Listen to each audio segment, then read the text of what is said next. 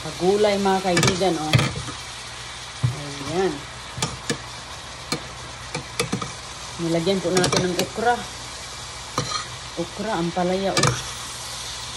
Ayan, ang ating ginisang gulay. Ginisang gulay ni Inday Ronin. Oh.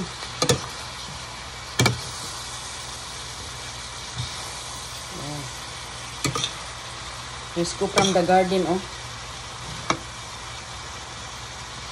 Friskong ampalaya sa garden mga kaibigan. With okra. May cabbage. Lagyan natin ng konting paminta. Konting asin. Okay.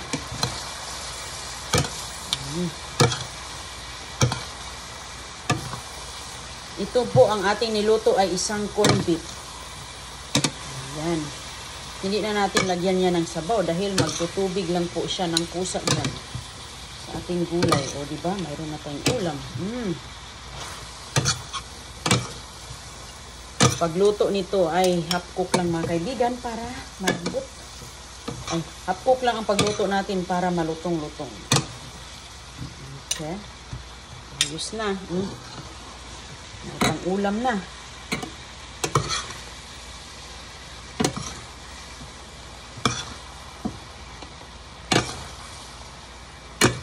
Haluin lang natin mabuti kasi nga yung aking kawali ay maliit lang. Ipailalim natin sa okra. Okay, diba? Ilalim, ibabaw. Ayan. Parang sarap na sarap na. Hinaan lang natin ng apoy. Tapos mayroon tayong kanin dito. Tumbang bahaw. Mais. Mais at gulay. Ayan.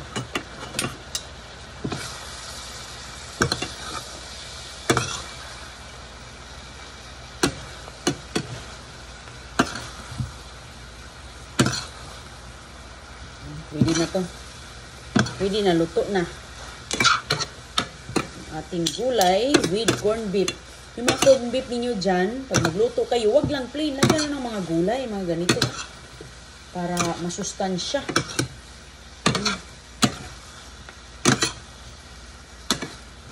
Okay. Ayan na. Kain tayo!